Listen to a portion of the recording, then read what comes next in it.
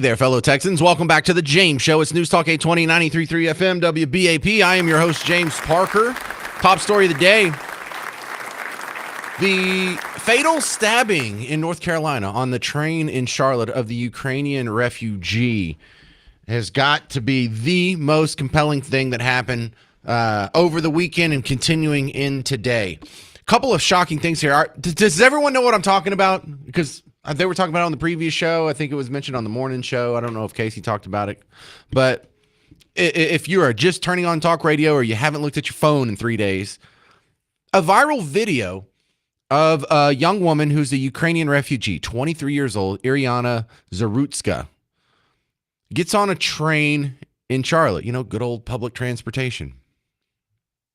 And in the video, you see a fella behind her undo a pocket knife, stand up, and he starts to stab, and the video always freezes.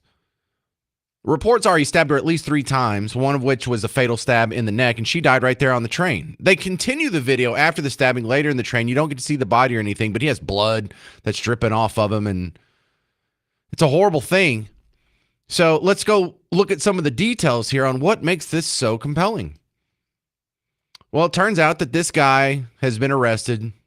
I saw 14 different mugshots of this fella. 14. Now, this happened 2 weeks ago. 2 weeks ago. And someone pointed out that after it started going viral at the end of last week, I must have saw it 10 times over the weekend before I saw something that stopped me in my tracks. Someone actually stopped down and they did a search. Where has this been reported? And this is a story that's been largely ignored. As of yesterday afternoon, there had been no reports on it by ABC, NBC, CBS. There had been no reports by CNN. There had been no reports by MSNBC. Someone in the first list put NPR didn't do a report on it. And then they had Grok go through, and Grok said, well, no, in one of the audio-only podcasts that NPR released, it got mentioned yesterday. Okay, so there's no story about it. There's nothing written about it. If you search for it, it's not going to pop up. But in one of the podcast episodes, it got mentioned. So that's how little NPR paid attention to it. But you can just go through the list. I mean, it's the usual suspects. Nothing. And look, it's not just the ones that we know are biased. New York Times, you expect very little out of them. PBS, NPR. But it wasn't in the Washington Post. It wasn't in the BBC. It wasn't in the AP, the Associated Press. So what's going on with that? Up until yesterday afternoon, none of these outlets had reported on it. Parker, why is that such a big deal? Well, let's just go through the ways and reasons this could be a big story. By the way, they've started reporting on it now because they got humiliated. And the only reason most of us even know about this story enough to make fun of the people for ignoring it is Elon bought Twitter. If not for that, we wouldn't have known. The old social media platforms would have all buried it. In fact, all the other social media platforms, for the most part, did bury it. You didn't see it on your Facebook. You didn't see it on Insta, did you? No, but you saw it on Elon's platform. And to the credit, I did see it on Reddit too. But this is one of the interesting things that I think a lot of people have a hard time grasping about the media. The biggest lies the media tells are lies of omission. Because in this one, this fits so many of the metrics that you would think the media would jump all over. Here it is. It's a woman being attacked by a man. Aren't you guys concerned about women being attacked by men? Aren't you the ones that are worried about the oppressive, tyrannical patriarchy and men are just abusing women for sport and not being held accountable for it, and we're just all headed straight to the Handmaid's Tale? But no, the ladies that were all wearing the pink hats, remember that was, in the shape of their undercarriage? They're not coming to the defense of this woman. They're not highlighting this story, even though it you would think it fits their narrative. Turns out this woman's Ukrainian. I thought you guys liked Ukraine. Turns out none of the outlets, none of the pundits with the Ukrainian flag in their bio was talking about this lady. Well, what's the matter there? I thought you guys really cared so much about the Ukrainians and so much about their well-being and so much about them being killed. You only care about Ukrainians when they're being killed by Russians? So that's another strange one. You can put on top of that, she's an immigrant. She's an asylum seeker. And aren't we so concerned? Isn't the media overwhelmingly concerned about the well-being of immigrants? You know, immigrants are under attack. It's a scary time for our immigrants. Doesn't this fit that narrative? No concern there. You care about Kilmar Abrego Garcia, the human trafficker who beats his wife MS-13. You care about him so much so that you'll go visit him in El Salvador. Senator, various congressmen, plural. I'll have to hear headlines about it. We have to get updates on every court hearing from this guy, but no concern about this one. I thought y'all cared about immigrants. So no. Ladies, feminists, I should say, your causes take a back seat. Ukraine, your causes take a back seat. Immigration people, your causes take a back seat. Remember all those marches y'all were having about immigration earlier? Remember the marches you were having earlier in downtown Dallas about Ukraine? Remember the ones that you've had about, women being oppressed and patriarchy? You're all back seat. Well, that was a slip of the tongue. To the race narrative. Maybe I didn't. Maybe I just invented something. You're in the black seat now. Apparently, all of those concerns go out the window because the number one most important overarching narrative in the hierarchy of narratives, race. Congratulations, guys. You played yourself. This is Steve in Weatherford. You're on WBAP. Hey, James. I want to pitch an idea. It's when this young lady would still be alive and have the rest of her life ahead of her, if the judicial system would have put this guy away a long time ago, because he's been asking for it a long time to be jailed.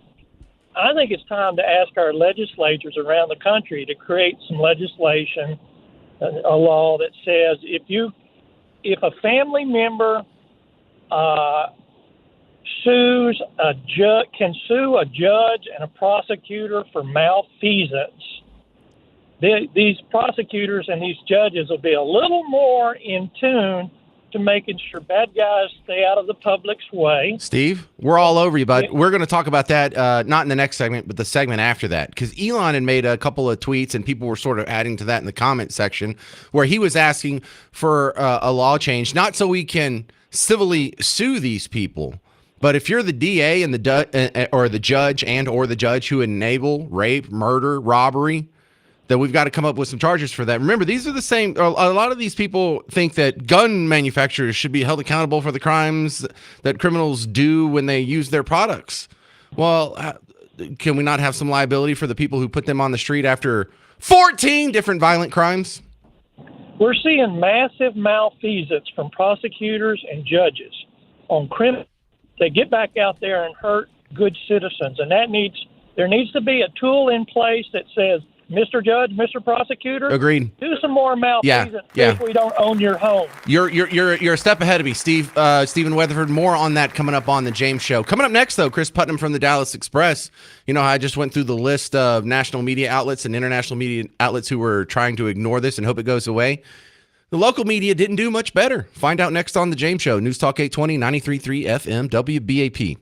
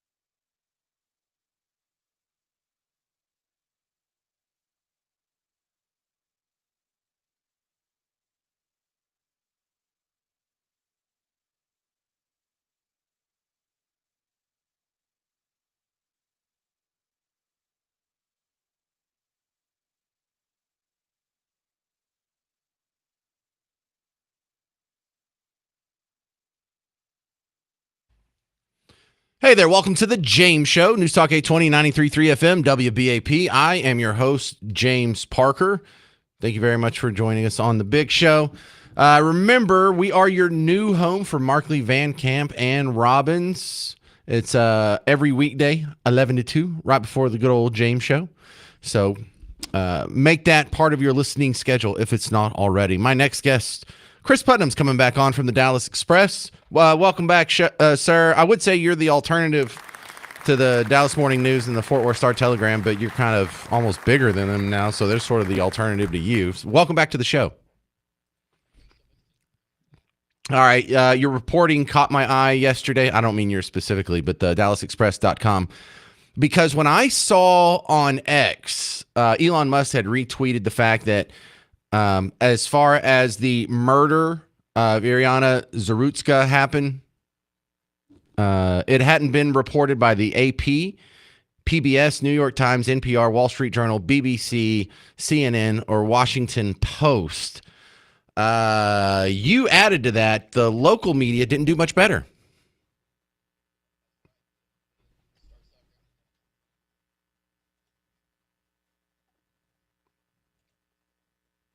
Well, they have it. They have it on.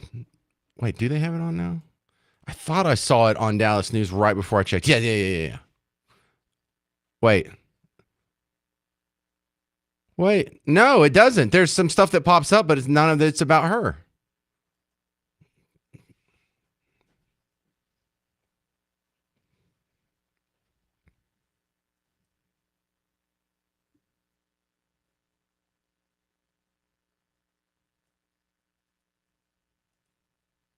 Oh, no kidding. So the thing that makes this one so interesting, though, Chris, is how many buttons should it push for them? We're getting a glimpse into the hierarchy of the sort of intersectionality. Like, what's more important to them? Because they claim to be concerned about the plight of Ukrainians. They ignored this one.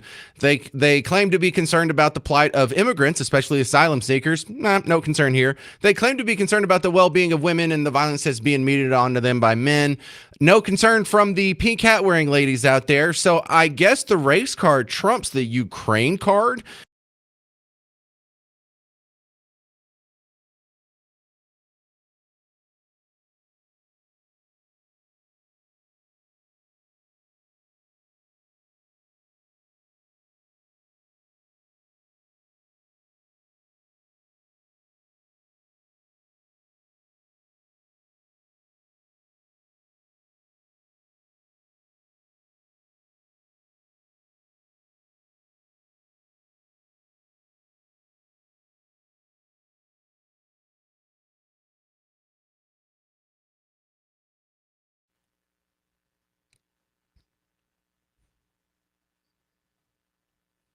Wait, no one else picked that up? Yeah, I mean,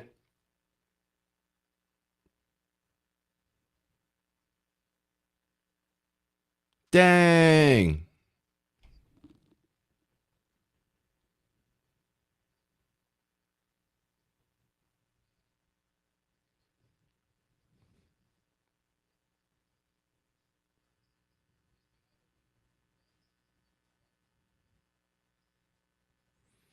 Yeah, so it went huge over the weekend. It actually happened, what, August 22nd? So, wait, what, more than 2 weeks ago?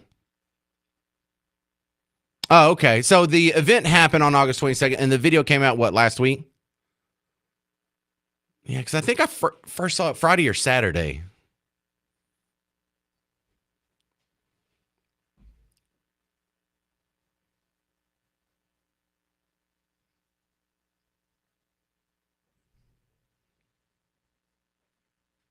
Yeah, well, in my studio right now, I have one TV on Fox News, one on MSNBC. Fox News is throwing it in there every once in a while. MSNBC hadn't seen it once yet, but I'll let you know if I do. We're talking with Chris Putnam from DallasExpress.com. I think one of the real lessons here learned, besides the media is so dishonest and so hack and so untrustworthy, is, like, what do we do about preventing this in the future? It seems pretty easy. For a fella that's been arrested 14 times, stop letting him back out.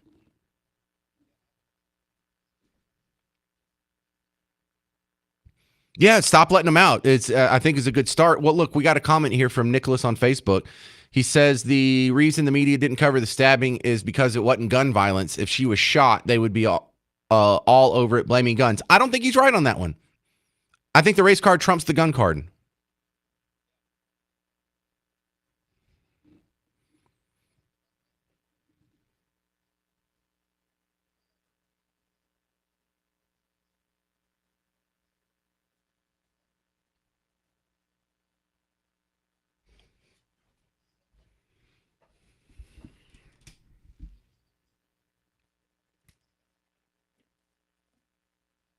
Mm-hmm.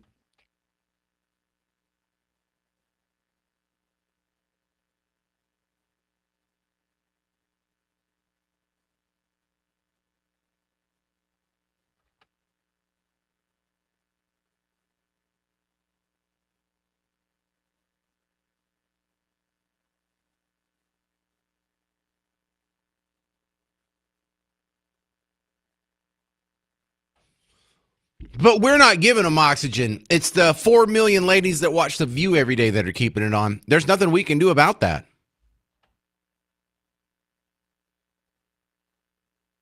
They're gone. Oh yeah, but they take a break every summer. I think they're coming back like now or last week. Yeah.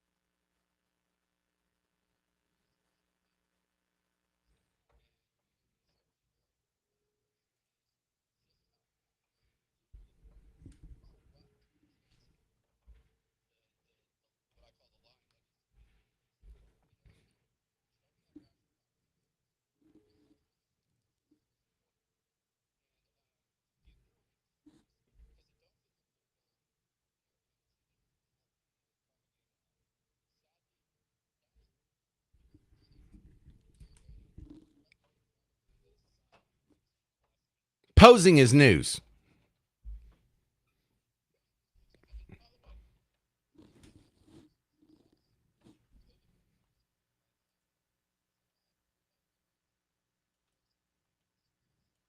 No, yeah, he was sharp as a tack. Masks work, lockdowns work. The vaccine will end the emergency. COVID didn't come from a lab. Jussie Smollett was attacked. The Olympics weren't mocking the Last Supper. Abrego Garcia is just a Maryland dad and not a gang member. Repealing net neutrality would, yeah,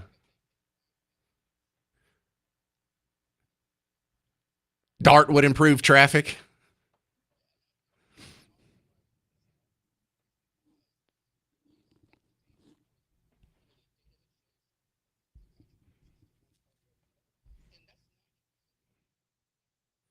Agreed.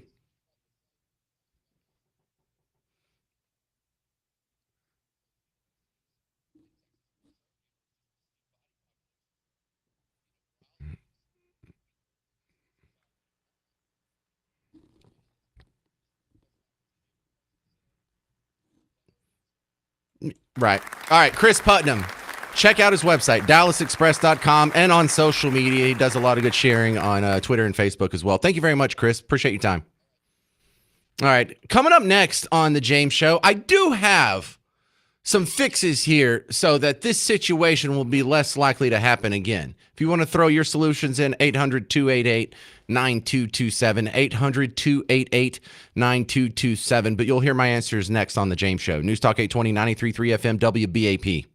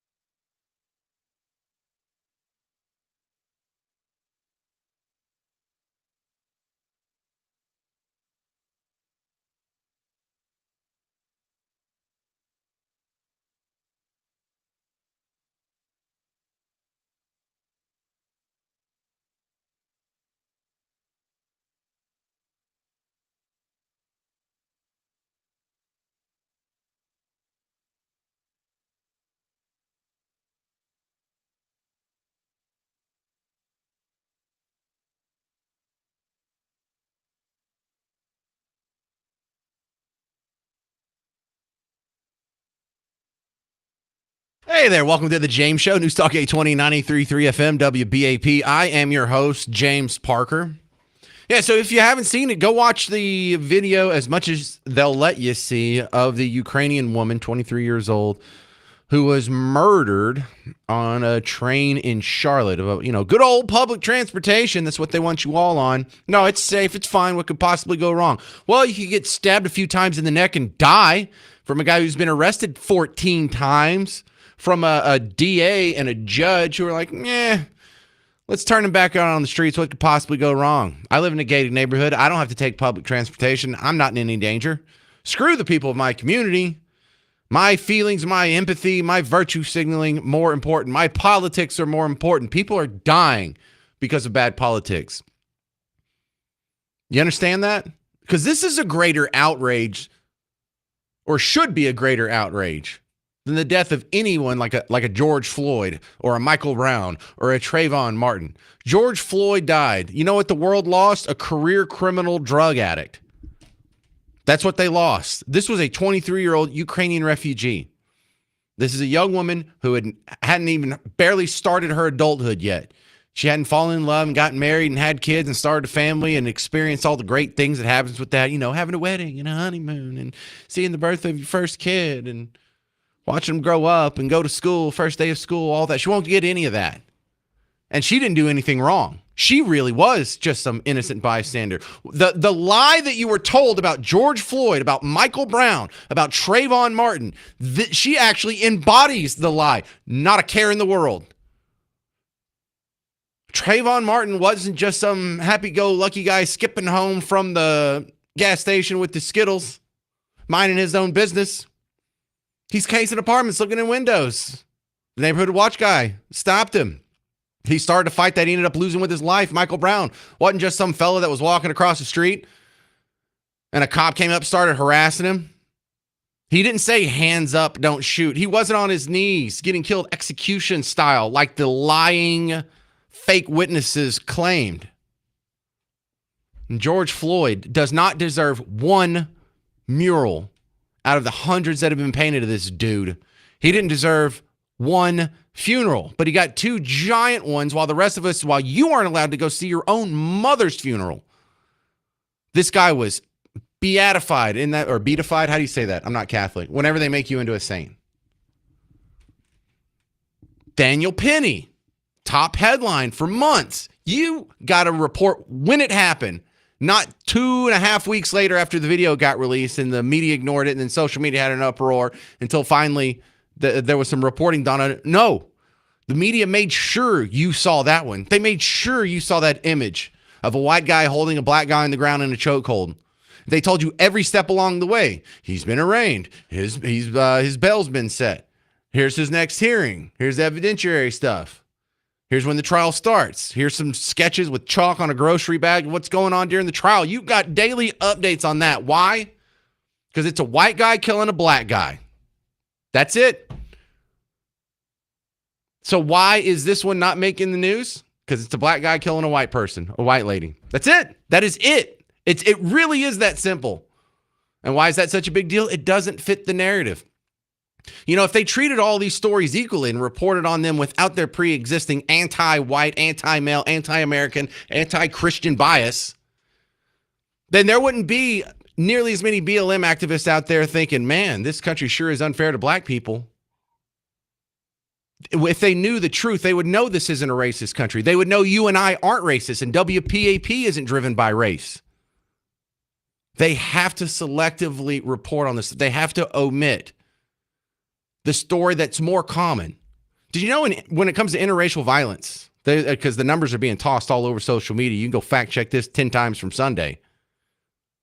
But if there's an interracial violent crime, it's 30 times more likely to be against me than me be the perpetrator. You understand that? The likelihood that an interracial violent crime is going to happen, 30% higher. 30 times, not percent. 30 times more likely than the reverse. That it's a black perp and a white victim. That's the majority of it. But you wouldn't know that by watching the AP. You wouldn't know that by watching MSNBC or CNN. Look at the per capita numbers. Look at the nominal numbers. They all tell the same story. If you were actually presented with the truth in America, you would not say, boy, we sure do have a problem with white people. Would you? There's about 50 murders in this country every day. And you're only told about the ones that fit the narrative. What happens to the other 49, 48, 47 murders that you're not told about every day? Rest assured, that does not help the narrative, or they would tell you about it. Isn't this disgusting? Isn't the way the media picks and chooses stories unethical, immoral, and disgusting? And racist? You know, it just because it's anti-white doesn't mean it's not racist. It's still racist. You are still using race as the determining factor on whether or not a story has merit. That is sick, media. Fix yourself. So how do we change this? Well, there's not a whole lot we can do about the media. We can just call them out until people are shamed for being a part of it. Just like no one's proudly part of the Klan in your lifetime. Why? Because that would be a shameful event. But here's one thing we can do. The DAs and the judges who are so light on these criminals, this guy's a 14-time repeat offender. Hold them liable. Hold them liable. Look, criminal, civil, there's got to be something we can do. But this is going to keep happening as long as we have the same DAs and judges. Who put them in office? Who funded their campaigns? What team are they on? Are they on Team Red or Team Blue? Yeah, I think you know the answer to that. So if we can have laws and lawsuits against a bartender who overserves a person, and that drunk person goes out and, hits a family of four and kills someone in a minivan, why aren't judges accountable after letting a 14-time repeat offender out? And then he goes on and murders a woman on video, no questions. There's your fix. There's one of the fixes. Coming up next, you're going to hear the truth about the economy with a guest from the Heritage Foundation. Richard Stern's next on The James Show. 800-288-9227. I'm James Parker on News Talk 820, 93.3 FM, WBAP.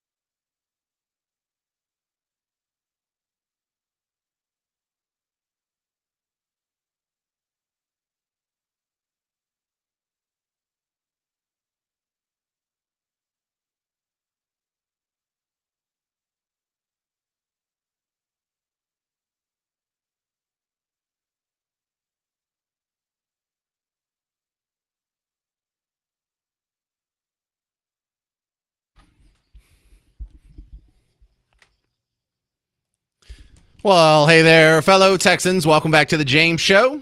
I'm your host, James Parker, on News Talk 820 93.3 FM WBAP, your new home for Markley, Van Camp, and Robbins. By the way, when you go on either Twitter/X or Facebook or whatever it is, and there's a post from WBAP, hey, check out our new midday show, and you people leave comments under that, we can all read them. You need to get rid of Casey. Casey sucks. You need to get rid of James Parker. James Parker sucks. Hey, dude, we can read that. You know we can read that. And look, it doesn't make me look bad, just makes you look bad. Kind of hurts my feelings, too. No, I'm used to it. Truly am. My next guest, Richard Stern, Heritage Foundation, is going to come give you the skinny on what's really going on with the economy here. You know, we got a new jobs report. I don't trust MSNBC and CNN because they're too much biased against Trump. Fox News can kind of be too much biased in favor of Trump. So, Richard Stern, what do you see in the latest jobs report? Good, bad, somewhere in the middle?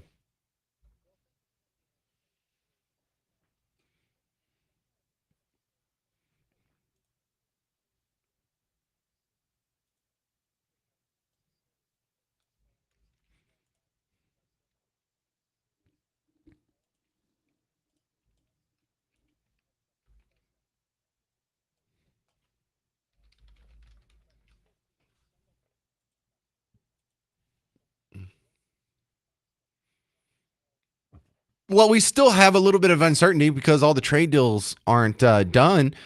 China is on a new deadline here. Are we ever going to get past this?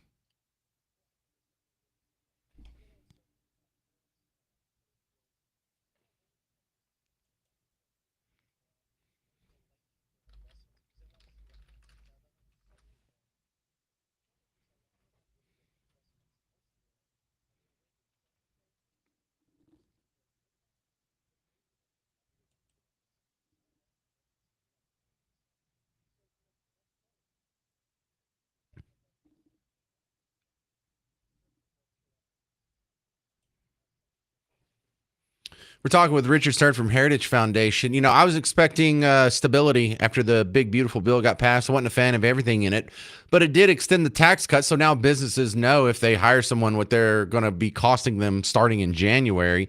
So I figured that would be more of a boost than it's been.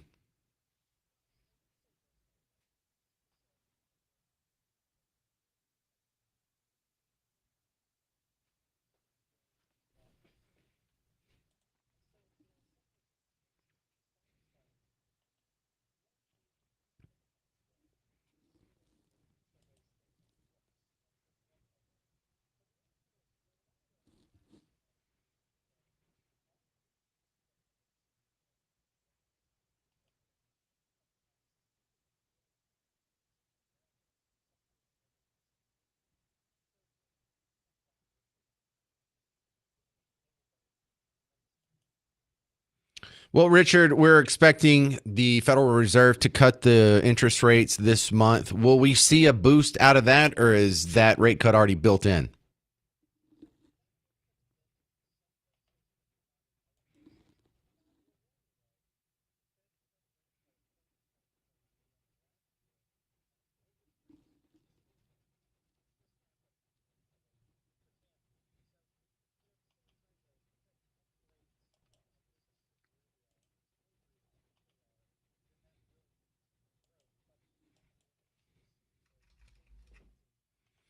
All right, Richard Stern from the Heritage Foundation. Good chat. I appreciate your time, sir. Coming up on the James Show, I've got some strong criticism for that dad who gave up the home run ball that he caught at the baseball game. He handed it to his son. Some screaming Karen comes over and he just gives it up. Oh, no, no, no, no, no. Oh, no, no, no. Here's some strong criticism for that fella coming up next on the James Show. News Talk 820, 93.3 FM, WBAP.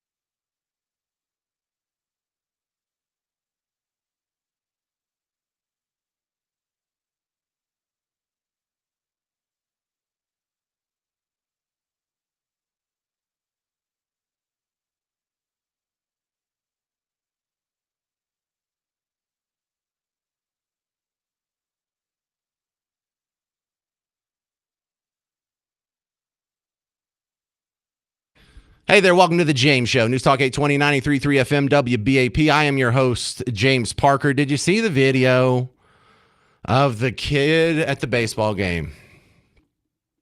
There was a home run, went into the stands. There was a lady it fell in front of. The kid's dad runs over and grabs it. And he comes back and he puts it in his son's glove. Gives his son a hug and they're having a cute little moment. And then the woman comes over and the woman... Dude, if you looked up Karen in the dictionary, something similar to her would pop up. She has the Elizabeth Warren haircut, which is also the same haircut that I had in 1996. That's the same haircut. I had kind of that Goodwill Hunting vibe going. Well, she comes over and we don't really know what was said. I mean, you can kind of hear in some of the different angles because there's different people who are videoing it. But the dad seemed kind of startled. And after some harsh words were spoken, he took the ball out of his son's glove and gave it to the lady. So we all assumed she went over there, hey, that was my ball, you took it from me, or something to that effect. And so the debate immediately ensues. Did he do the right thing? Is that what you would have done? My answer is to both of those is no. No. Look, the lady that came over and complained, she looked old. And I mean old, like probably like my age, right? I'm late 40s. And she's wearing a baseball jersey that says Phillies. The game was actually in Florida, so it wasn't even a home game. But I think the dad and son were Phillies fans too. And the stadium saw what happened because there's cameras everywhere and it was kind of watched. And I think it was even commented on TV. And so when the baseball team was made aware of it, they came over with the prize pack for the kid, and they gave him like a bat and some swag. But it's not the same thing. It's not the souvenir of a home run ball that was caught, and dad went over there and picked it up and brought it to him. No, the dad gave it back. So I wasn't going to talk about this story, except dad did an interview that made it even worse, explaining his situation. So here, the father of the Phillies fan, it's a dad who also looks like he's about my age. And his two kids... They look like they're preteen. There's the son that was there, and then the daughter looks like she's like 13, maybe 14. But they were asked by the local news, what happened when you gave the ball back? I wasn't very happy that we had to give it to her, but we can't win. She was gonna get it anyways. Sure. Yeah. She wasn't gonna take it, but I decided to give her the ball. I apologize to you. But it was the right thing. We just wanted her to go away. Yeah. And it worked out. You got a bat. Yeah. Pretty cool. All right, so you learn the moral imperative for the dad is to avoid conflict. If someone comes up and they're raising a fuss and you have to give up something to make them go away and avoid conflict, it's worth doing. Wrong, Dad. Wrong, Dad. No. So there's personality traits, and one of them is agreeableness. And that may sound like a good thing, but you want to be in the middle. You don't want to be too disagreeable to where you're a contrarian and you can't get along with anyone, and anyone says you fight with them over it. You just love to fight. You love to argue. You'll never get along with anyone. You never have a good relationship. But if you're too agreeable, that's a fault too. That's not a virtue. You are just begging to be walked on. And people, look, I think we're taught, like in elementary school and middle school and high school, when we're kids, too agreeable of a nature. Hey, if it avoids conflict, you just do it. Well, not if it's the wrong thing. Hey, you have to give the souvenir from your son's glove to me. Why? Because I had it first. I touched it first, or you took it from me. No, it's his. Sorry you feel that way. You need to go back to your seat. That's the appropriate answer. I don't mind a little conflict here. My son is getting a ball. You're a grown-ass woman who shouldn't care about such things anyway, much less want to go take it away from a kid. So we have the dad just wussed out. Oh, no, I don't want to have any conflict. From what? What do you think Elizabeth Warren's going to do to you? She's going to say mean words about you? She's going to gripe at you? Oh, no, he said harsh words. I'm so affected. That's why you can't be too agreeable and do this job. I've heard people who are too agreeable do this job. And they don't So many, like in instances like this, they want to not upset anybody at all times. And so they never really take a hard stance because, the worst thing would be if I offended somebody's delicate sensibilities. Well, not if you're telling the truth in my book. If I'm telling the truth, if I'm right, and I'm not being a jerk about it, then I don't care if you're offended. If you're offended, you probably deserve to be offended. I probably enjoy it. Oh, that bothers you? Good. I hope you lose sleep. Hope it ruins you for the rest of the day. Hope you think about this and think, oh, that James sure is a terrible person. Because I'm right. I don't mind it if I'm right. And so this is what makes it even worse. Dad was asked, do you regret giving the ball up? The correct answer should be yes. I let my kids down. I mean, I'm supposed to protect them from, maladies and challenges and whatever. And I couldn't even protect them from a Karen. So yeah, here's this answer. Dad, do you have any regrets giving the ball back? Yeah, like I said, it's, that was what we were there for. We were there to get a home run ball. So I thought I had accomplished this great thing, and putting in his glove meant a lot. And she was just so adamant and loud and yelling and persistent. And I just didn't want to deal with it anymore. There was hundreds of people, just staring. And like I said, she was very, very, very close. And I'm dad of the family, so I didn't want to do something I'd regret. And that was the choice I made, is to just hand the ball back and tell her, go away. All right. Would you have given the ball back? 800-288-9227. 800-288-9227. Coming up next on The James Show, I'm going to explain why guys like this are the biggest challenge we have in society today. I'm James Parker. It's News Talk 820, 93.3 FM, WBAP.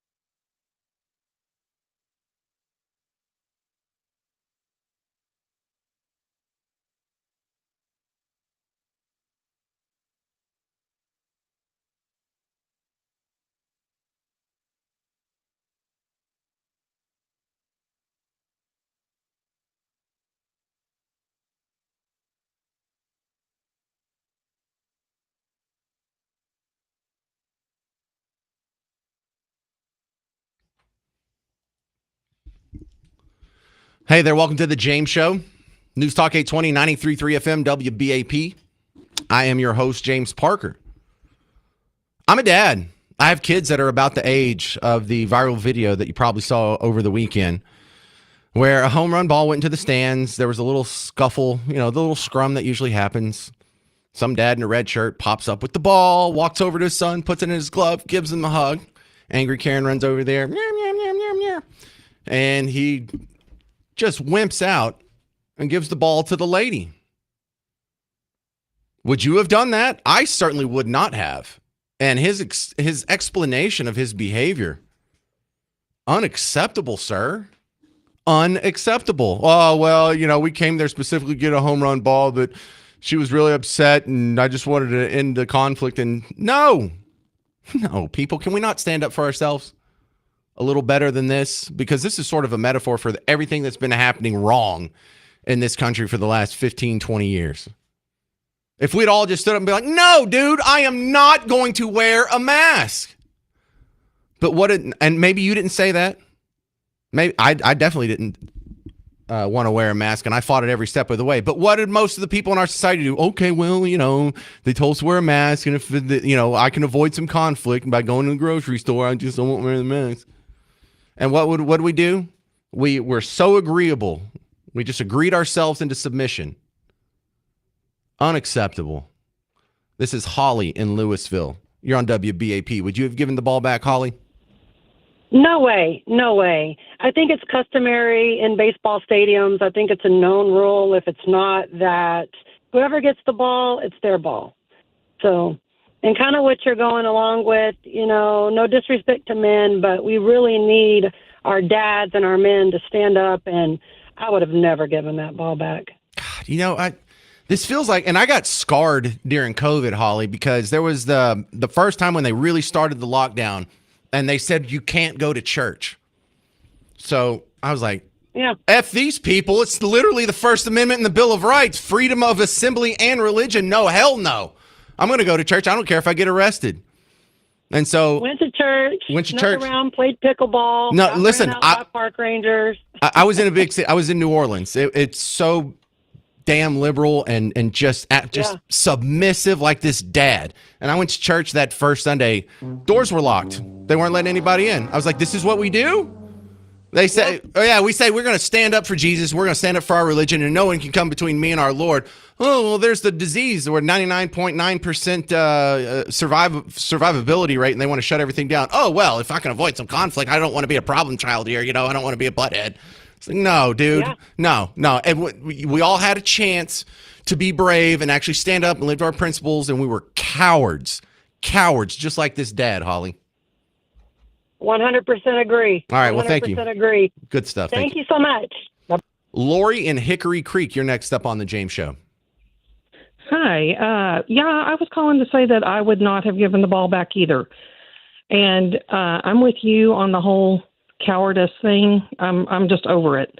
I stood my ground with COVID, not wearing masks, this, that, and the other. And, to the point of almost embarrassing my children, because I didn't want to cow down to that, or cow down, whatever you call it. But, we do need strong men in our society these days, and we're not getting it from guys like that. And I hate to bag on him, because at the same time, I kind of understand why he did it, because he's on camera and, it could go either way. He could be the bad guy, or she could. No, feel free to bag on him. Feel free to, he's in the wrong here. And while it's understandable why some people would think that, it's still the wrong thing to do. So no, go ahead and bag. Don't be too nice here. You don't have to be nice in all occasions. Don't worry if some people think, oh, well, Lori's a little hard. That's all right. That's better than being, trampled underfoot because you're so nice. Yeah. All right. Thank you very much. Yeah. Let's go to Jerry in Capel. You're on WBAP. What do you think, Jerry? Well, I don't know if she actually had the ball in her hand and he wrestled the ball out of her hand or what. I mean, if they both grabbed the ball at the same time, heck no, you don't give it back to her. But if she had that ball in her hand and he snatches it out of her hand, and then walks off with it, then I mean, at what point is it her ball? Like I say, I don't know what happened. Right. I So couldn't see down in there. you are given the most generous interpretation, and I've tried to think through this exercise too, because it's actually hidden when they both go reach down for it. So did she grab it and then like within a second he got it from her? It would have to be a very brief moment of possession. So, okay, maybe she felt dissed at the beginning, like, hey, he snatched that for me. I had it first. But the second the dad went and he put it in his son's glove, she should have just like recognized, hey, you know what? There's a bigger thing at play here. That's a kid, and I'm a middle-aged woman. And you know what? Let him have it. She was old. How old do you think she was? I thought she was like my age, like because I'm 48. Oh God, you're a kid. I thought she was closer to my age. I'm 68. Oh, I don't know. It's hard to tell. I'm not very good at the age guessing game, especially when. But anyhow, she clearly had the ball and he took it out of her hand. She's got a right to bitch. But if they both grabbed it at the same time and he just kind of won the tug of war, then yeah, definitely. Okay, well, but Jerry, would you have given the ball back if you were the dad and you had kind of snatched it from her hand because y'all grabbed it at the same time? Would you have given it back? If I stole it out of her hand, yeah. If she grabbed it first and then I took it out of her hand, well, you're a thief. Okay. Oh, he didn't say that in the interview, so that's just kind of up in the air. But yeah, right. And like I say, I couldn't see close enough. But as angry as she was, that kind of led me to believe. Why in the world was she so angry? I mean, did he actually take it out of her hand? Right. Because that's another big question. Why does she care so much? You're a grown up. You want to? I got to go take this souvenir away from a child. I've reached such a level of injustice on a ball. It's not going to change your life. It's not usable. You can't go resell it. You're not going to do anything with it. It's just a dumb souvenir. Let the kid have it. All right. Good. Yeah, and no matter what, she is a Karen for taking the ball back after it was in the kid's glove. So, yeah, so we're back and agree again. Yeah. All right. Good stuff. That's Jerry and Capel. 800-288-9227. 800-288-9227. We will continue the mystery of the home run Karen coming up on the James Show. I'm James Parker. It's News Talk 820, 93.3 FM, WBAP.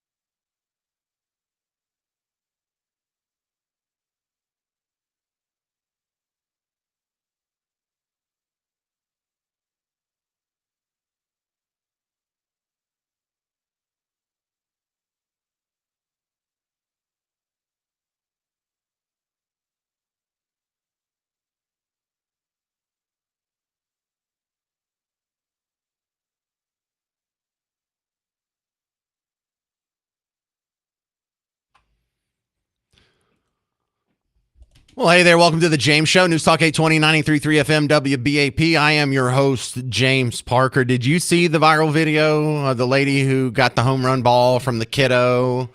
You know, this is the camera and the combined with the viral video, stadium cameras and viral videos have been a powerful force as of late. There was also at the U.S. Open, the tennis tournament, some guy snatched a hat that a tennis player was giving a little kid, and he got busted, and he's not giving it back or whatever. You had the people who were at the Coldplay concert got busted because they were having an affair, and then that went viral. So if it makes you feel any better, in years past, jerks like this would get away with it with no criticism. I think this lady already lost her job. Like, I'm not sure if she deserved to lose her job. I think what she did is pretty terrible. I don't know if I would fire her for it. Good Lord, people, calm down. But it's a different time we live in. Would you have given the ball back? Ken in Arlington, you're on WBAP. Hey, are the days spitting on it and you want it now over with, or does that still in play? The kid could have spit on it, maybe? The dad, I mean, either one. I mean, they're both got the same thing. Both. I mean, if I was the dad, I would have done it first and gave it to the kid. So I'm guessing, jokes aside, you wouldn't have given it back. No. Yeah. No, because we've dumbed down on the masculinity in the United States, and it's happened for the last 20 years. Oh, I agree to that. You know, it is not celebrated anymore to be a big, manly, masculine man. You got to be a little compliant, noodle arm beta male. That's what they like these days. They like the David Hoggs of the world. They're no threat.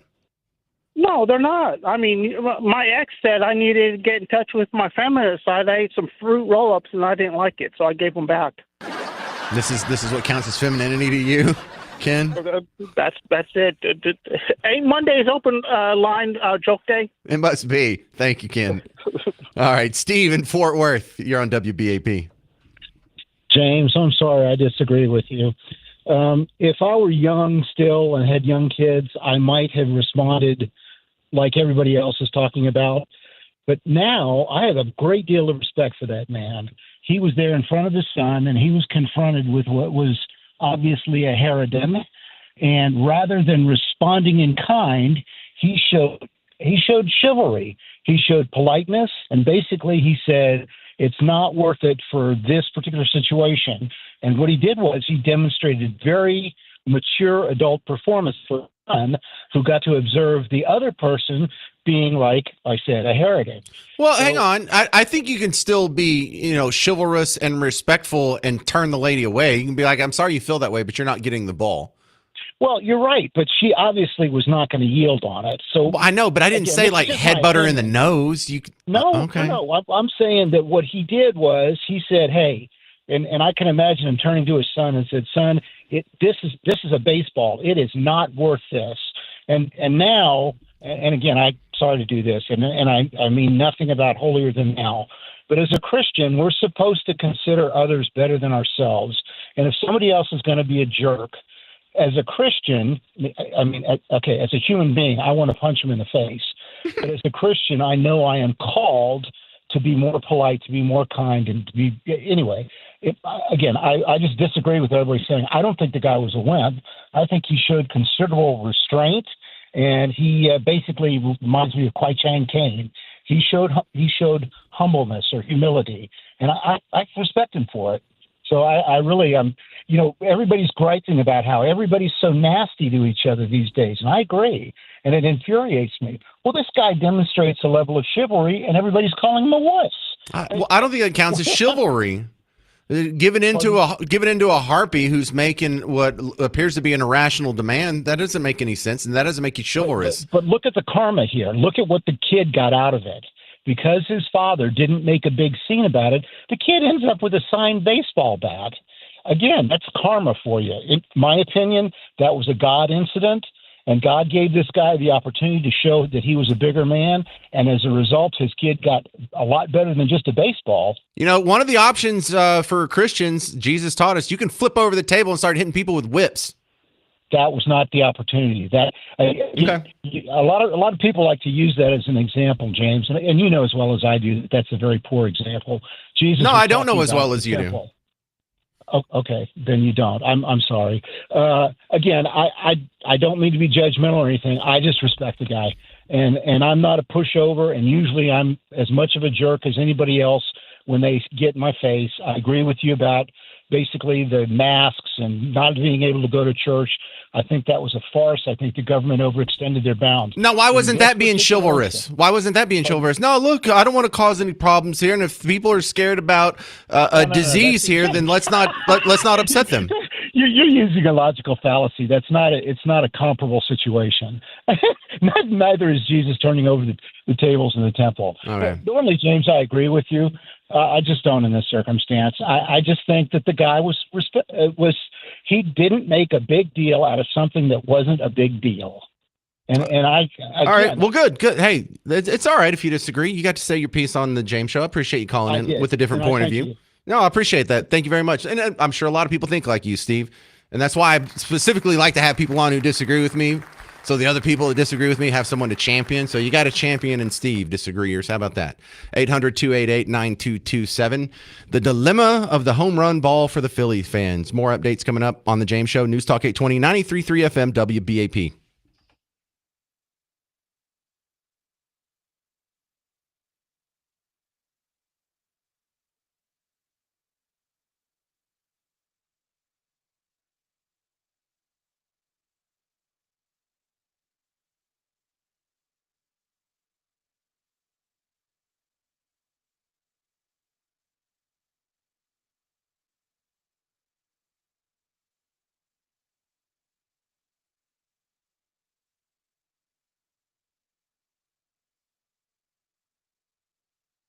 Well, hey there, football fans. Doesn't it feel good that the season's back and you can just spend all weekend watching football? Well, here's a little secret.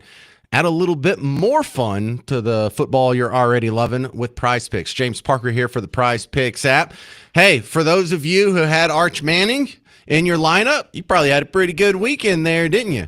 So, look, it's pretty simple. You make a lineup of 2 to 6 of your favorite players. You go look at statistics, whatever the number is, you pick more or less. That's it. So from 2 to 6 guys, you can win up to 2,000 times your money. Now, I would have won this weekend if I had used the flex play. I got a little cocky, but Prize Picks also invented the flex play, so you can not have a perfect lineup and still win. It's not too late to get on the action for this weekend. Unlike regular fantasy sports, you can play each day a different lineup. So even if you didn't play over the weekend, there's another game tonight, Vikings and Bears. Go get Prize Picks, make your own lineup, win some money on me, and you can do it with the money we give you. Download the Prize Picks app, use promo code WBAP, and you get $50 in lineups with your first $5 lineup. So download Prize Picks, use the promo code, it's this station, WBAP, and get $50 in lineups with your first $5 lineup. Prize Picks, it's good to be right.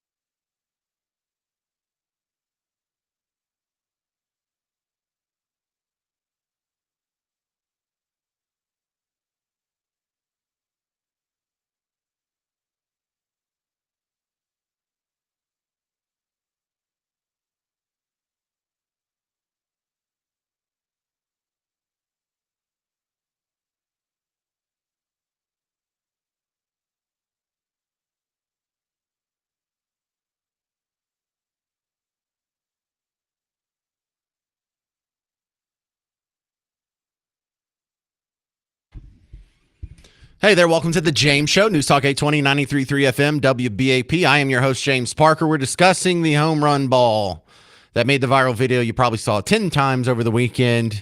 And so a couple Phillies fans were scrumming for a ball. One guy comes up with it. He hands it to his son.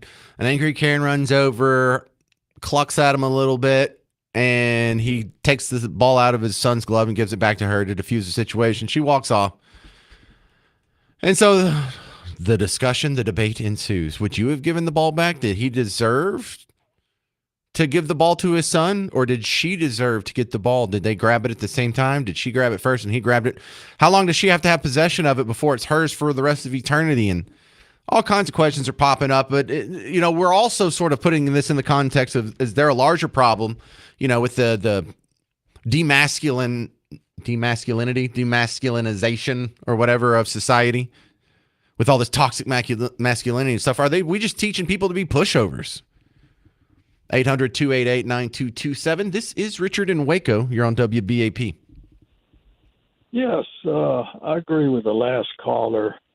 What I could see about it was that the gentleman, he went out of his seating area quite a ways and went over into their seating area, and he could see the ball. I think they were having trouble seeing it because they were so close to it down in the seating, and he could see a better advantage from the side as far back, and he saw where it was, and he just walked over there and picked it up before she could even pick it up. But I think, being so far out of that area, he walked over out of his area. That's my view on it. That's interesting. So what's an acceptable radius to chase after a ball?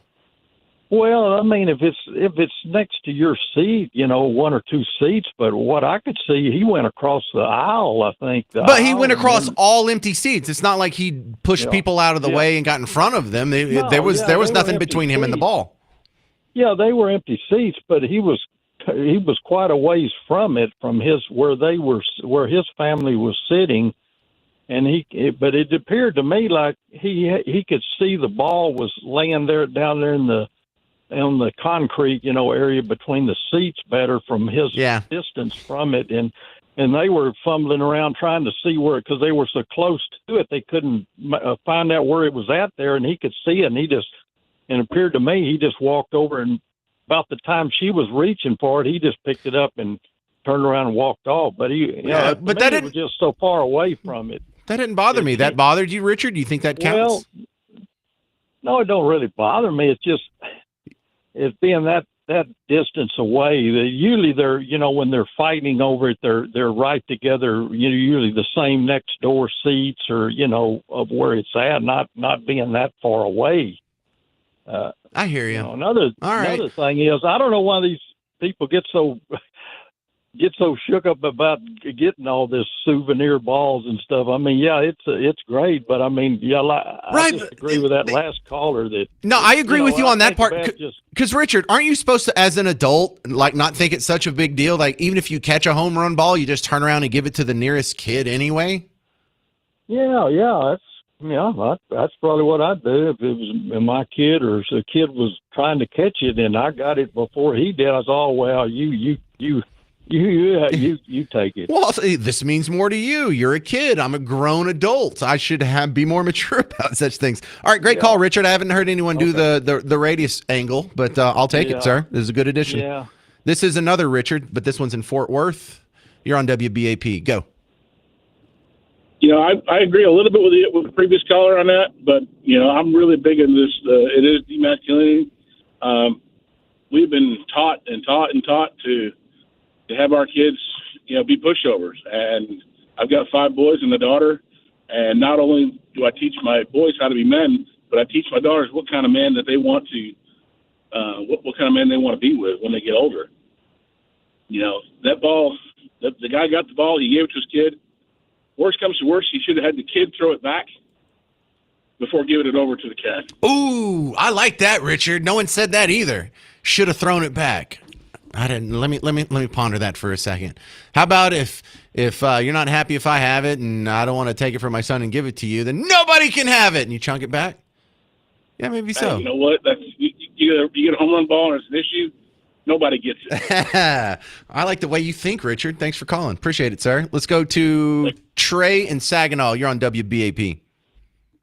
Yes, sir. How are you? Always good. I wanted to comment on the Karen with the ball, the situation. I heard a caller just a little while ago talking about using Christian principles to deal with this situation. The look on the kid's face and the dad when he retrieved it and gave it to him was more important than the ball. I mean, they shared a huge amount of love. And for the father to turn around and give that ball to that screaming banshee, I look at it this way. You are a James, and if you look at James in Hebrew, it's Jacob. And if you go back matter of fact, there's a great book out now by Jordan Peterson, and it's called Wrestling with God. And it's the story of Jacob when he gets converted to Israel. And I've come to the conclusion that if you're Christian, you're waking up every day and you're wrestling with God to get the blessing. That's what I did. My first reaction is, you want to punch her in the gut? If you're wrestling with God, then you don't flip the table. By the way, the table example was about the idea that Jesus was offended that his father's house was being deal, not a personal issue. So I'm saying that I applaud that dad. He's my hero. And that it turned out very well for the young man with the autograph bat and all the other stuff. Well, I'll tell you one thing that is turning out very well from this, and thank you for your call, Trey in Saginaw, is if you go look up Phillies Karen right now, you see a whole bunch of people put montage together of don't be a Phillies Karen, and they're showing people who catch foul balls and home run balls who turn around and hand it to a kid, or a kid hands it to a younger kid, or some kid hands it to like a very cute girl that happens to be in the row behind him, and they have like a little flirty moment.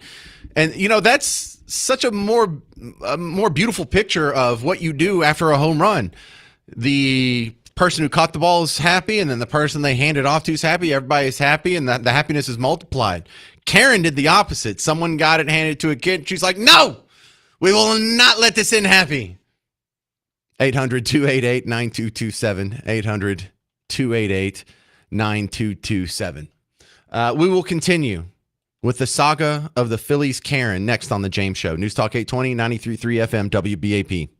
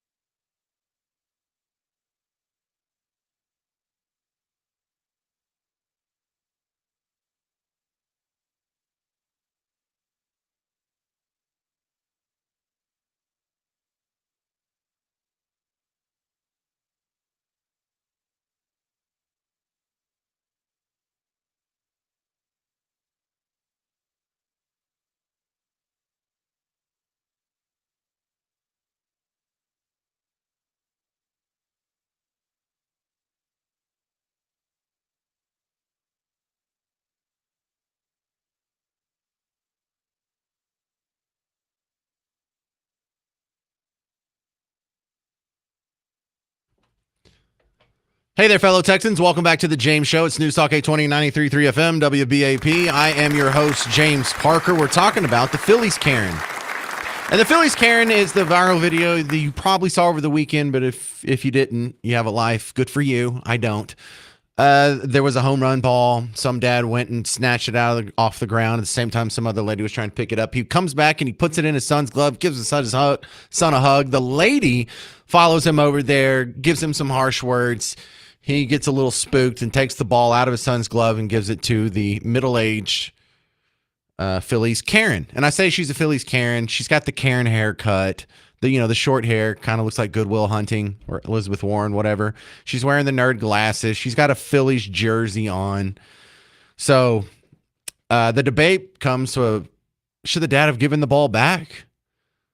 What kind of cupcake just relents and takes a souvenir, just a memory forever out of his son's own glove and hands it to the Karen? And for the people who say, well, he ended up getting a signed baseball bat, so he wound up ahead. Well, he didn't know that was going to happen. If you could tell me he knew when he took the ball out of his son's glove that he was going to get a better reward for it, then okay, that makes sense. But it sounds like the kid just sold out his son to avoid an argument with a very annoying lady, and I think, what a wuss. Don't bother calling in. Lines are full. This is Shirley in Alliance. You're on WBAP. Hi. I think no one has brought up the point that she could have been very dangerous. How? Somebody who would do that would run after you and do that and get in your face that way. You don't know what's coming next. But secondly, the fact that it was a man, the father and the son, I think was very different than had it been a mother there. Because had it been me there, and I'm a solid Christian, okay, but I'm telling you, I wouldn't even think of hitting anybody. But had she got in my face that way, surprised me that way, and done that, and got that close to me, I would have turned my body flat against her, between her and my child. And had she just 1 second continued that, I literally would have taken both my hands and pushed her as far as I could. Now, if she fell down the bleachers, God help her, that would be her fault, because I would not let her come near my child. So a father, I think, has a different instinct. I think a guy, his instinct is to first be physical, maybe more than a female is. And she counted on him not doing that, maybe. I think that could have been it. That she knew she did that, and she knew that he wouldn't do that. Well, you can get away with that, but if dad elbows her in the throat, he becomes the bad guy. Yeah, I know. That's what I'm saying. Yeah, okay. I'm saying there's a different kind of rule, because had it been a female, I would have absolutely taken a physical defense against her had she done that in my face. And I think anybody expects that when you come between an adult and their child. There seems to be a different rule for if you come between a man and his child or a woman and her child. Agreed. Yeah, but I don't think someone who follows you over there is that dangerous if they're like a 60-year-old woman who's kind of frail. I mean, the most dangerous thing about her is she was wearing a Phillies jersey, and Phillies sports fans are notoriously awful people, and their reputation just got a little bit worse this weekend, but it is on par with the branding we all expect from the terrible group of people we call Philly sports fans. Yeah. Miserable people. All right. Well, thank you, Shirley. I'll tell you this. Here's a cute phrase. Okay. The truth will set you free, but not till it's done with you. And she has got the truth coming after her in every place she goes today. Yeah, I think she got fired already. That's so terrible. Yeah. The truth is not going to let her go until it's done with her. Her neighbors are going to give her crap. You're right. You're right. Can you imagine your grandkids, what that's like? You know what? That makes me feel a little bit better. Thank you, Shirley. That's my grandma. She's getting it. Right. Man, I told you grandma was a punk. All right. Todd, Fort Worth, you're next up on WBAP. Hey, James. The thing is that, when that ball's hit into the stands, it's playing ping pong. So, whoever gets that ball, and that, that's it.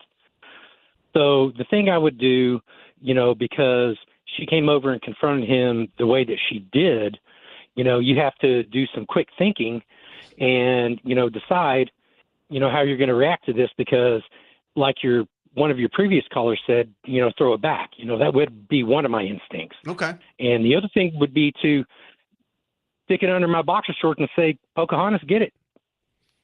Oh, you're making because she looks like Elizabeth Warren, and that she does look like Elizabeth Warren, though. And someone already made the meme. Like, I'd only see the viral video like a couple hours before, and there's already a meme of like someone had photoshopped Elizabeth Warren's face onto the woman's body, and it fits so well that I thought it was the lady at first. I'm like, oh, she really does look like Elizabeth Warren from that. Oh, it's a Photoshop. All right, funny stuff. Everyone's having a good time with just that. Like her. Right, she does. All right, thank you, Todd. This is Randy in Frisco. You're on WBAP. Would you have given the ball back, sir? So I guess you straightened out for me. No Eagles games and no Phillies games. Just don't go to sporting events there. Well, listen, this happened in Florida, so the ill branding. Hold on, I'm about to get to that. Okay, go ahead. Yeah, hold on. So 1 section, 2 section, 3 sections, or 4. If the ball's on the ground, grab it and hit the door. Because if you don't, you're going to get Karen in your face, or potentially if you're at a Rays game and happens to be the 40th home run of a potential player there, then security will accost you, even though it's considered forfeited property by the courts. You're on their private property, and they can accost you, throw you in their little dungeon treatment area, and literally steal the ball from you so that you can't take it out of the stadium, and people just pretend like that didn't happen. So as long as you're not assaulting and or battering someone and you're at a game and you see a ball, grab it, put it in somewhere that you have absolute authority over what you put it in. You know, I don't know that other story, but that makes me want to look it up. Thank you very much, Randy. That's dang it. Why are you putting more stuff in my head that I have to Google later? Let me squeeze in one more. Rod and Forney's been waiting a long time. Hey, Rod, you're on WBAP. Oh, good afternoon. I think that if the person that accosted the dad had been a dude, things might have turned out a little bit differently. But the way I read this guy's remarks, post-incident, I think he's probably trained his son, we don't hit girls. I think he's probably been told, we don't hit girls. And I think that was the foundation of his response toward this goofy woman. I think if Agreed. It was Well, I mean, you don't have to hit her. You could just tell her no. Yeah, but like I say, the whole idea about, cupcake, I don't think he would have, any way in the world, he would have surrendered that ball to a man. You know what? I agree with that too. And why is that? Well, because women are held in special esteem in society. You were told this is some bloodthirsty, heartless patriarchy where we just oppress women. In my observation, it's been quite the opposite. Thank you very much. Good point too, Rod. Coming up next, the stock market's just closed at record highs today. Economist Steve Moore is going to talk about the headlines affecting your money coming up on The James Show. 800-288-9227. I'm James Parker on News Talk 820 and 93.3 FM WBAP.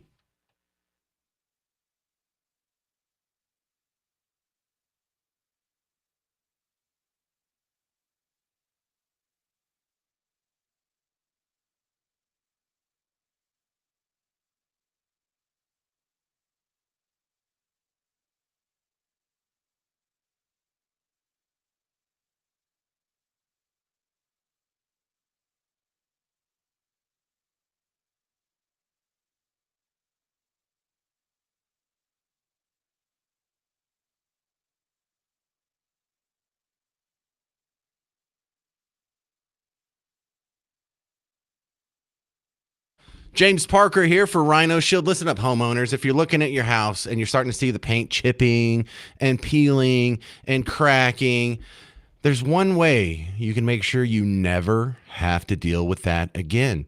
And it ain't paint your house. This is how you got in this situation in the first place. And if you don't listen to me here, go ahead, paint your house. Coming up in 5 to 10 years, you're going to see it cracking and peeling again. And you're going to wish you would listen to me right now. Do Rhino Shield and never paint your house again. It's like paint, but it's not just a different kind of paint. It's a two-step process. They have this primer, some space age that expands and contracts with your house. There's an insulating factor, and then they do the ceramic coating on top of that. And the ceramic coating will trip you out. When Gary comes to your house and explains it to you, he's going to have a little jar of stuff. And it looks like liquid, but it's such a fine powder. When he shakes it, it kind of sloshes around and makes waves like liquid. You stick your finger in it, you pull it out, it's totally dry. It's not liquid at all. So it's just some new space age technology, polymer that you don't even have to understand. Just throw it on your house. It'll do things that paint can't. It won't chip. It won't peel. It won't crack. It blocks UV radiation. It has insulating properties. It expands and breathes with your house. It won't ruin your brick like some paint will. Thousands of colors. And there's really no downside to Rhino Shield. Because look, if you never want to paint your house again, if you never want to have to worry about it again, just do this. And then, boom, you are set. So go to rhinoshielddfw.com to get started with that. Gary will come out to your house. He'll give you the whole rundown on how it works. And look, if the only thing you're worried about is the cost, they do financing too. So go to rhinoshielddfw.com. No excuse to ever paint your house again. Go to rhinoshielddfw.com.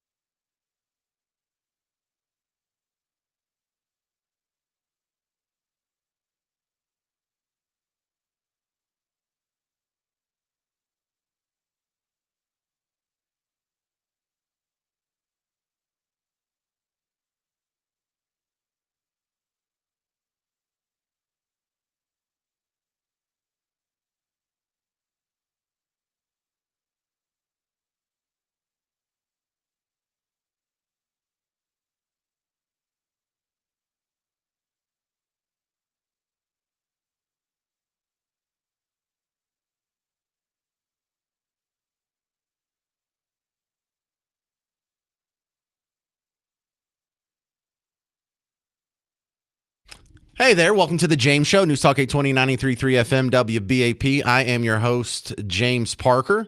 Well, this is a headline that you're going to hear here, but I'm not sure it'll be trumpeted too loud anywhere else. Your stock markets Record highs again. Yay! Economy's doing good. That's cause to celebrate, right? No. You ever wonder why some of these people are so miserable? Like, I'm scared to go outside, or we live in a fascist hellscape.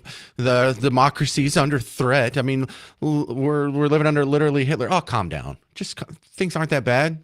Have you looked outside today?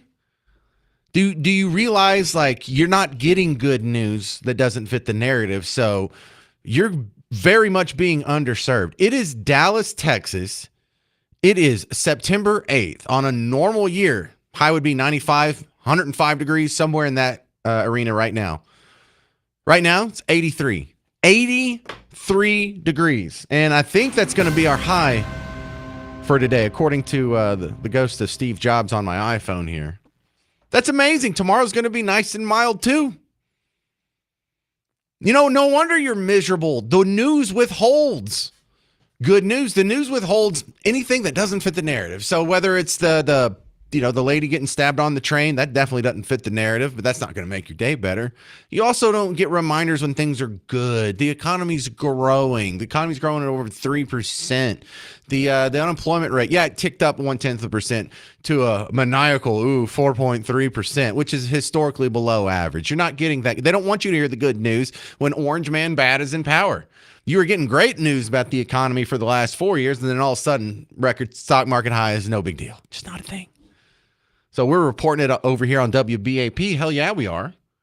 Because we don't care if it's good or bad. Whatever the stock market closed at, if it's a record, we're going to tell you. If it's taking a big dive, we're going to tell you good with bad. But not everyone works on that. And so these people, they almost want to make themselves miserable is what it feels like. You got the economy growing. Yeah, stock market's at all-time highs. No headlines. Did you get any headlines on the economy when it went down in April? Did you get any headlines on the stock market when it barfed 20% after Liberation Day with the tariff talk? You did then, but not now. You understand why these people are miserable? You understand why if you don't tune into outlets like WBAP or get some sort of alternative news sources in there, or heck, even a Fox News or Fox Business would help you out with this, that of course these people are miserable. That's the design. If you were to say, hey, let's not give real news, let's give politically slanted news in a way that makes our viewers absolutely miserable, you wouldn't change a damn thing on MSNBC or CNN, would you? 800-288-9227. Back to the phones. This is Vance in Arlington. You're on WBAP. Yes, hi. Listen, I think the gentleman did the right thing because the guy who gave the ball back to the Philly Karen. Absolutely. Okay. And the only reason I say that is because she was over there very adamant, throwing out a lot of cuss words, and he's sitting there with his 3 kids, and he didn't want to have it turn into a thing. I think it would have been a lot different if he would have been sitting there with another man and fans that he might have wanted to fight for it a little bit. But my God, what do you want to put your kids through with somebody cursing and throwing out the F word and everything else? I think he did fine, and I don't think it reflects badly on him as not being a man. I think he is being more of a man by taking care of his kids and shielding them from the craziness that might come from her throwing out all this nasty stuff. So I think he did the right thing, and it worked out. So, well, look, I disagree, but you sound like such a nice guy. I don't even want to argue with you, Vance, because you're shielding kids from cuss words or whatever, getting it to go away, and really, it's just a ball. It's not that big of a deal, and that's the lesson he's teaching his kids. But I mean, I would say conversely, it's just words. I think my kids need to know that your principles should stand up. Right and wrong does not change just because someone gets really angry and uses ugly words. Yeah, well, that's true. But when you can de-escalate a situation, I think that might be a lifesaver in a lot of points. Yeah, look, we're not in Nam here, dude. We're in the outfield of a Phillies game. Yeah, I know, but that's a life lesson. When you can say, "Hey, it's better to stop this now. And that transcends. See, I think that might be a bad lesson in many aspects, and it, depending on the context, just whatever stops the conflict, fine, I'll put a mask on, or whatever I got to take to keep my job, fine, I'll take the shot, or that's how we got into that whole COVID mess.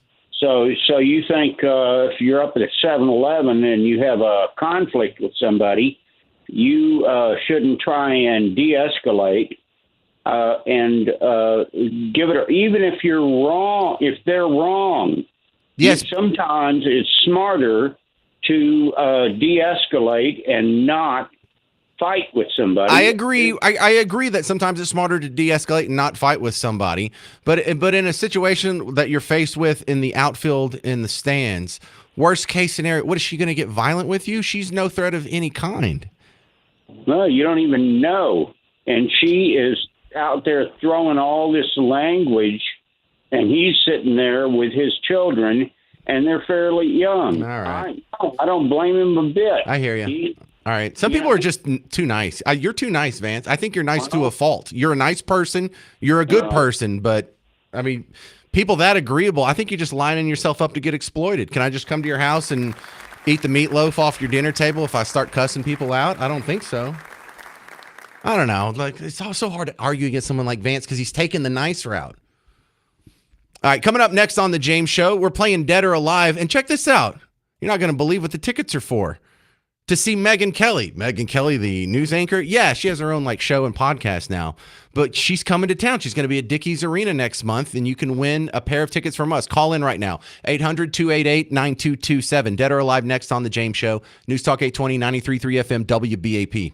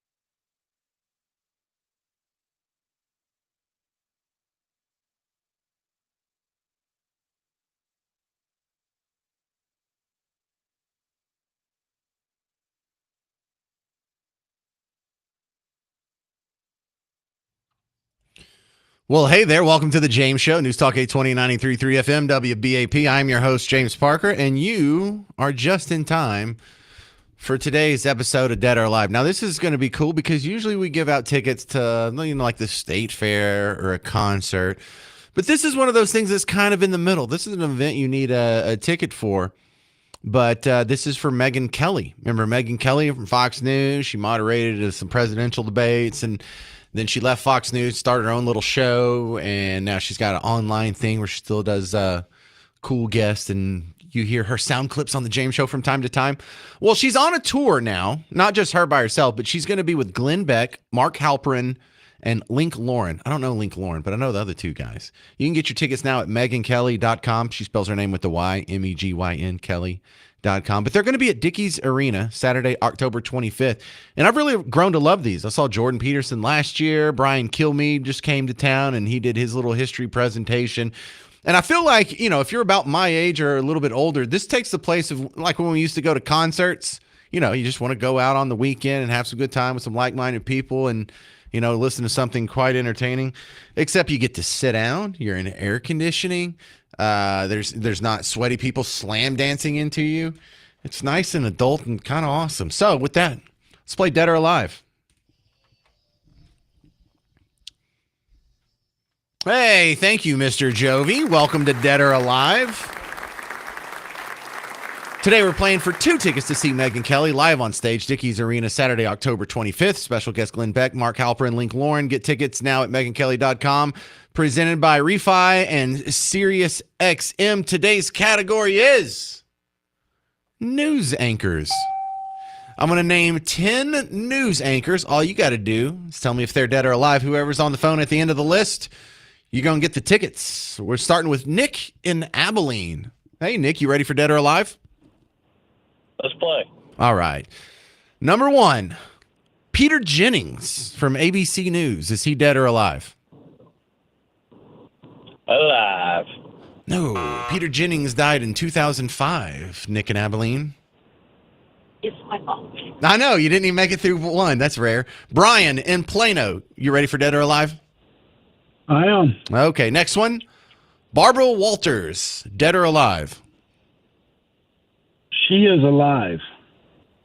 Nope, died in 2022. Sorry, Brian. All right. It's a rough start. Let's try Mike. Mike in Granbury, you're on Dead or Alive. You ready? Go ahead, James. Everybody's striking out. Well, maybe it's your turn, Mike. Sam Donaldson, dead or alive? Believe he's dead. No, I know why you would say that. He's 91 years old, but he is still alive. God. All right. Thanks, Mike. Worst episode ever. Or best, depending on if you're into that sort of thing. Bob in Athens, you're on Dead or Alive. You ready? Yes, sir. All right. What are we down to? Ted Koppel from Nightline and big old hair. Is he dead or alive? I think he's already passed. He's alive, 85 years old. No one wants That these was tickets? easy. Yeah, no one wants these tickets, huh? Jason in Blue Ridge, you want to see if you can get one right? Let's do it. All right. Tom Brokaw, dead or alive? Dead. Tom Brokaw, sir, is alive, 85 years old. All right, now I'm starting to enjoy it. Now it's come full circle where I hope nobody gets one right. And whoever's just on the phone at the end, they're going to get, someone's getting the tickets to Megyn Kelly. Y'all call in right now. Everyone's laying eggs. 800-288-9227. We got to restock this line if a couple more people get it wrong. Ray in Granbury, you ready for Dead or Alive? Yes, sir. All right. Roger Mudd, dead or alive? Oh, he's dead. Well, don't be so confident. He just died in 2021, but my God, you at least got one right. Thank you, Ray. I don't know it was that soon. Okay. I know, right? I was kind of surprised, too. Diane Sawyer, dead or alive? Alive. 79 years old. Well done. Oof. Dan Rather, the Lion POS, who's actually a Texan, but is he dead or alive? Pretty sure he's still alive. 93 years old. That's amazing. What's that, 3 in a row? Lou Dobbs from Fox Business, and before that, CNN for a couple decades. Dead or alive? Oh, I'm going to go with alive. No, he died last year, 2024. All right. Well, good try, Ray. You did better than everybody else so far. Jonathan in Fort Worth, There's only one question left. So this is, I know. Hey, all you got to do is get one and you get the Megyn Kelly tickets. And it is Britt Hume, the Fox News legend. Is he dead or alive? Dead. No, he's 82 years old. All right. So, Elizabeth, you with me? This is Elizabeth in Decatur. You ready for Dead or Alive? I am. Well, good. You already won. How about that? Well done. You didn't have to do anything. Sometimes it pays to play. Are you a Megyn Kelly fan? I am. Okay. Have you ever been to one of these events where like these anchors and these eggheads come and do a presentation? No, I haven't. So I'm looking forward to it. Man, I love it. It feels like the sort of adult, mature thing that we're supposed to be doing at this age, Elizabeth. So I'm going to put you on hold. Garrett, number 3, will get you information. We'll email you 2 tickets to see Megyn Kelly live on stage, Dickies Arena, Saturday, October 25th. Special guest Glenn Beck, Mark Halperin, Link Lauren. Get tickets now at MegynKelly.com. All right, that has been today's episode of Dead or Alive.